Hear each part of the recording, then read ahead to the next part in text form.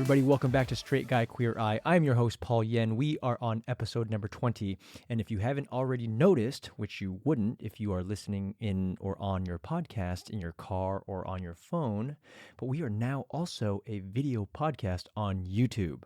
I've been thinking about doing or putting Straight Guy Queer Eye on, YouTube for quite a while now, but for a few different reasons, I was hesitating.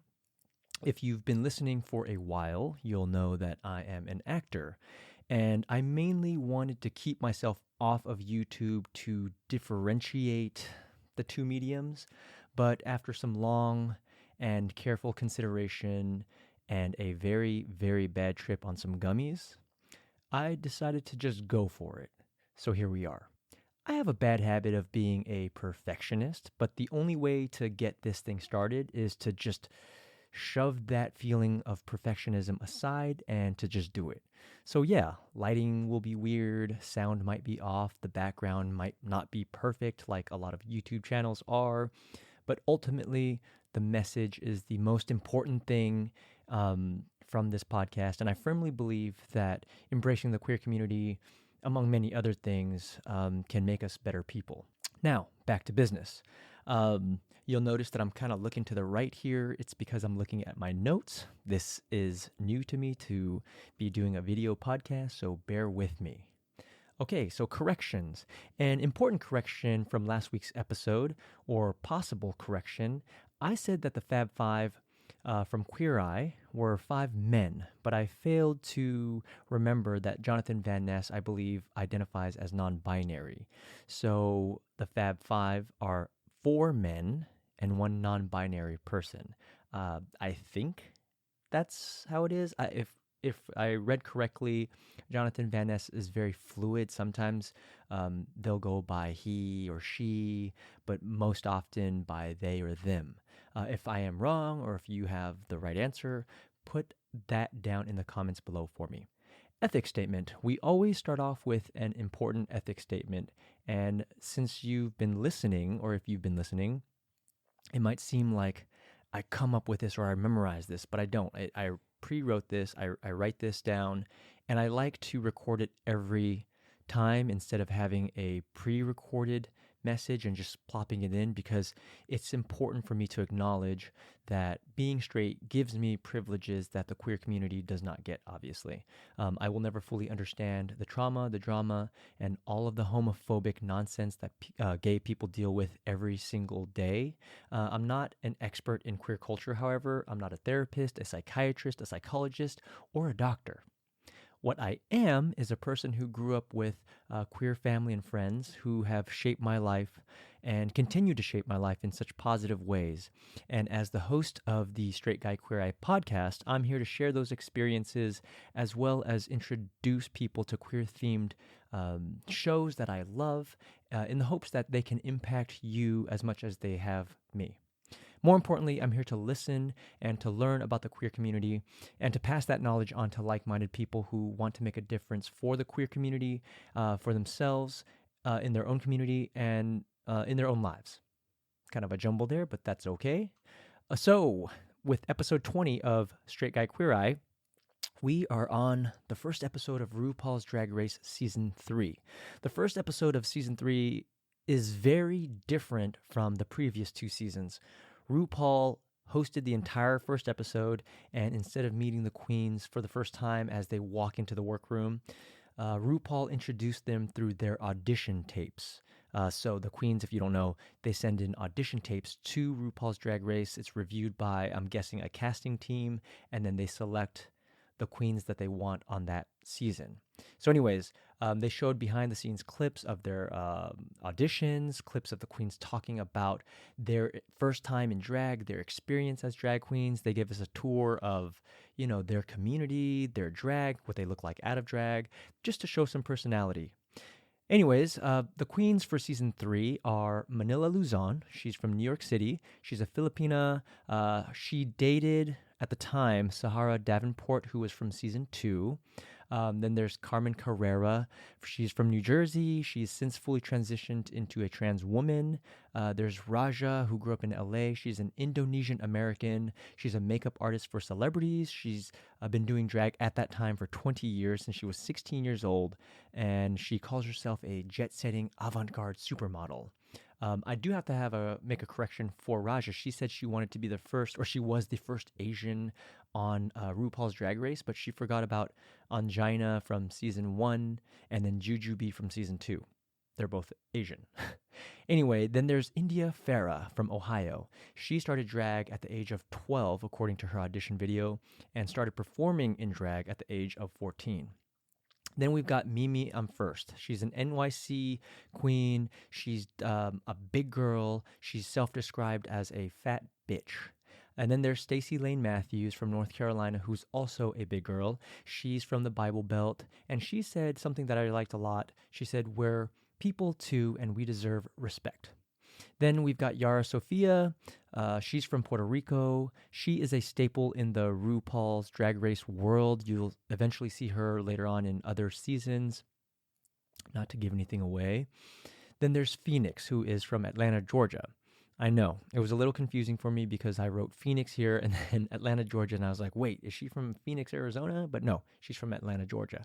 For her, in her audition tape, she was saying that the biggest hardship for being a drag queen is the boys.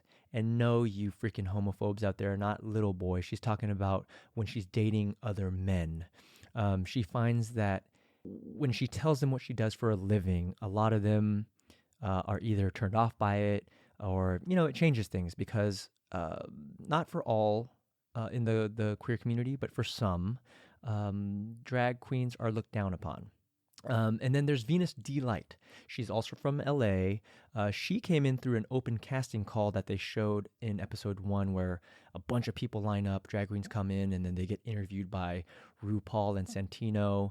She has like this look where she looks like Cyndi Lauper, Madonna. She's inspired by Grace Jones, Barbra Streisand.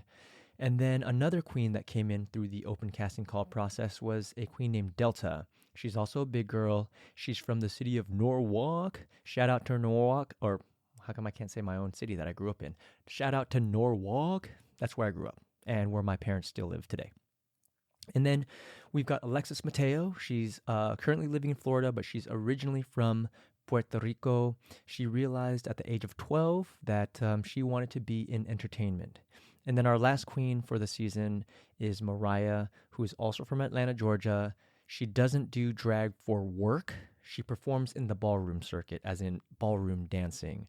In case you didn't know, a lot of drag queens perform in nightclubs. They do lip singing, they do entertainment, they do comedy, they dance, they do all sorts of stuff for tips and for money.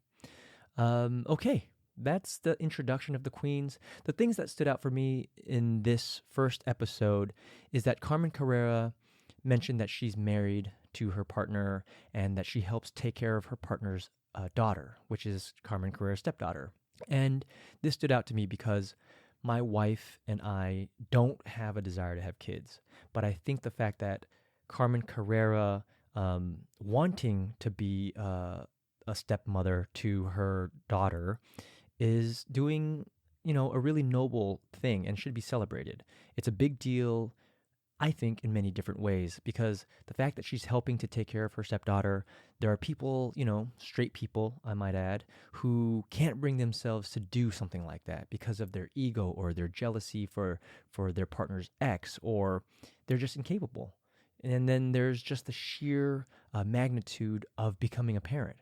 I watch my younger sister and my younger brother and my friends with their kids, and I mean, maybe I'm stating the obvious, but it's a lot of work.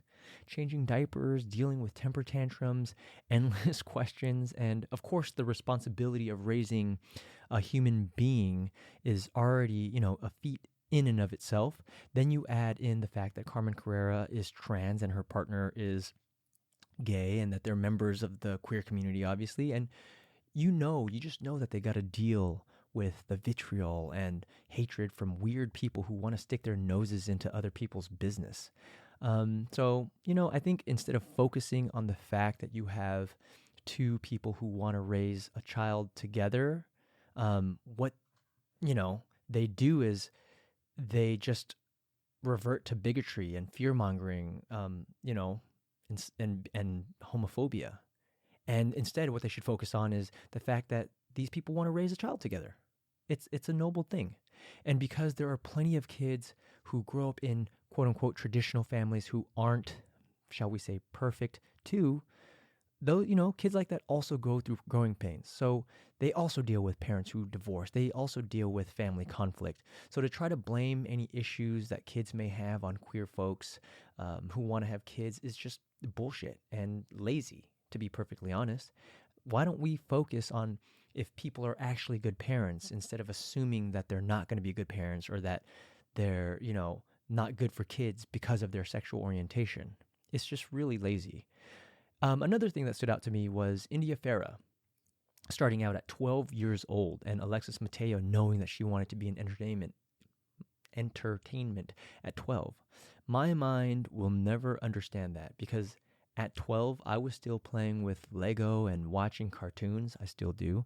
In India's case, she said that with the support of her family and her friends, she got through how tough it was growing up gay, and that drag also allows her to be more social and outgoing. I don't know how kids do that, but it's incredible, to know that they want to do something at such an early age. I had a lip singing talent show performance in my junior high to Jodeci's Lately with my best friend Anton and our friend Diego back in the 7th or 8th grade. So I was around 12 or 13. And I was a nervous wreck. Even though a part of me wanted to do it, I was nervous as hell. So I couldn't imagine being a 14-year-old, and having the guts to perform in drag at such an early age. And you're not fully developed in your confidence yet. At least I wasn't. And then where bullying at that age can run rampant, and some kids can be so cruel towards just about anybody, let alone if you're young and you're queer. So that speaks a lot about, or to me it speaks a lot about India Farah's and Alexis's strengths as human beings at such an early age. I know for sure I wouldn't have had the confidence to dress up in drag at 14, just to say that again, because I could barely do it. The talent show, we wore white jeans and a black tank top. We thought we looked so cool. And one of the last things that kind of stands out to me was the Queen, Mimi First, said that drag is empowering. And then Stacey Lane Matthews, who again was from the Bible Belt, and she's the one that said, we're people too and we deserve respect. And just a reminder, RuPaul said in a previous season, quote, the first time a man puts on a wig, some makeup, and a pair of heels and prances out that door is the ultimate act of courage. If you don't think it's courage, if you don't think that doing that is brave, if you don't think that takes guts, then I challenge you to do it. You won't turn gay, I promise. But do it to see if you can handle the stares, the judging eyes, the hate, the homophobia, and whatever else hateful homophobes are going to throw your way. See if you can deal with it, then you'll understand or learn to appreciate how courageous drag queens are and people in the queer community, period, because they deal with the hatred and the bigotry all the time. Extra, extra. I got to come up with a better name for this portion of the podcast. But anyways, back in the news from last week is Shit Human of the Week, Valentina Gomez, the Republican candidate running for Secretary of State in Missouri, of all places. This week, she's railing on the LGBT plus churches, or friendly churches, who she's accusing of promoting, quote, satanic and pedophile garbage, and also inciting violence by saying that she will not, quote, turn the other cheek. I will not let Jesus Christ be mocked. All this satanic and pedophile garbage in the Olympics, in our churches, and in our government will end when Christians and Catholics start fighting back. And if this lands me in jail, then so be it. Screw your gay garbage. I'm coming for all the pedophiles this flag represents. Unquote. Of course, this tough person that she is, she then posts a picture of herself posing with a rifle. Okay, first off, The Olympics opening ceremony hoopla is just a distraction, okay? We've got Christians and Catholics crying foul over some non-story because they want to make everything about themselves.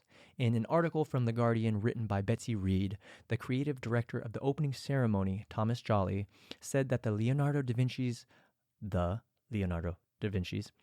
Thomas Jolly said that Leonardo da Vinci's The Last Supper wasn't my inspiration. I think it was pretty clear. There's Dionysus who arrives at the table. He's the god of feasting, of wine, and the father of Sequana. I hope I'm pronouncing that right. The goddess of the river Seine or Seine. End quote. So the opening ceremony was in fact inspired by the Feast of the Gods, painted by Dutch artist, I'm going to butcher their name too, Jan van Bijlert. So yeah, get over yourselves, man. Not everyone's world revolves around Christianity. And second of all, this woman, Valentina Gomez, is straight up inciting violence. She's posing with a rifle after, saying very threatening, bigoted things. This should alarm people more than a bunch of drag queens posing to celebrate the Olympics. I'm not Christian. In fact, I'm not religious at all, which I've mentioned before on the podcast, but it looks to me that she needs to go reevaluate her faith, because I don't need to go to church to know that Jesus has better things to do than worry about a bunch of drag queens. She really thinks posing with a rifle and being a homophobic bigot makes her look strong. Strength doesn't come from posing with guns and acting all tough. Strength to me comes from empathy, love, and showing compassion to people. So the only garbage I see is Valentina Gomez, who is a garbage human being. This is new. I wanted to mention that you can now contribute to Straight Guy Queer Eye if you find this podcast meaningful and valuable to you. You can go to patreon.com/SGQE, $2 a month if you want to buy me a coffee. I write, produce Straight Guy Queer Eye all by my lonesome self. All the equipment is my own, so any little bit helps. I am working on or higher tier packages that'll get you things like early access to the podcast, as well as the ability to give input or suggestions into episode ideas, maybe a monthly newsletter. I hate writing. That would be such a bad thing for me to do, or lazy thing for me, or I'd be lazy about it, I mean. Maybe access to bloopers, priority to ask questions in any future interviews that may be on the podcast. That's the goal. And other fun things to come, or to be determined, TBD. And other fun things to come and or TBD. And just so you know, I plan on donating 15% of all tiers to the ACLU Drag Fund. Because it's important to help out organizations such as that who protect the queer community and help people to understand that they are cherished and loved in this world. Okay, so if you're new to Straight Guy Queer Eye, or even if you've been listening for a long time and enjoying the show and what we bring, please download this episode, subscribe to the podcast, and give us a 5-star rating wherever it is that you get your podcasts. Hit subscribe down below on YouTube. It's free to you, but will help out the channel. Share it with 5 people you know so that we can spread the word on the show. Socials, follow Straight Guy Queer Eye on Instagram at SGQE Podcast. You can follow me on my personal Instagram at Hello Paul Yen, although I am not on it or active on it much at all. I'd love to hear from you, so please leave comments, suggestions, and feedback down in the comments section below. That's it for this episode. Remember, be human, be kind.